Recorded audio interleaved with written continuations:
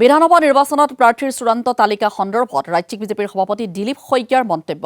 সমষ্টি অনুযায়ী চলি আছে ছাৰ্ভে। 25 ফেব্ৰুৱাৰীৰ পিছতহে হ'ব চূড়ান্ত সিদ্ধান্ত।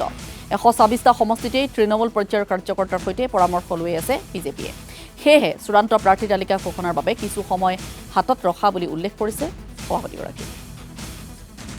যিকোনো মুহূৰ্তত হ'ব পাৰে, কিন্তু ফেব্ৰুৱাৰী 25 তাৰিখৰ পিছত প্ৰাৰ্থীটো আমি এজনক দিবই লাগিব এটা সমষ্টিত।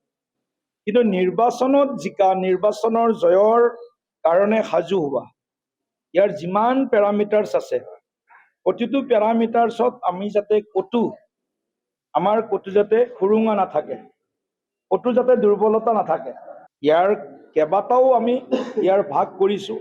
ৰাজ্যিক প্ৰবন্ধন সমিতি, জিলাৰ প্ৰবন্ধন সমিতি, বিধানসভা সমষ্টি ভিত্তিক প্ৰবন্ধন সমিতি, পঞ্চায়ত ৱাৰ্ড স্তৰত প্ৰবন্ধন সমিতি।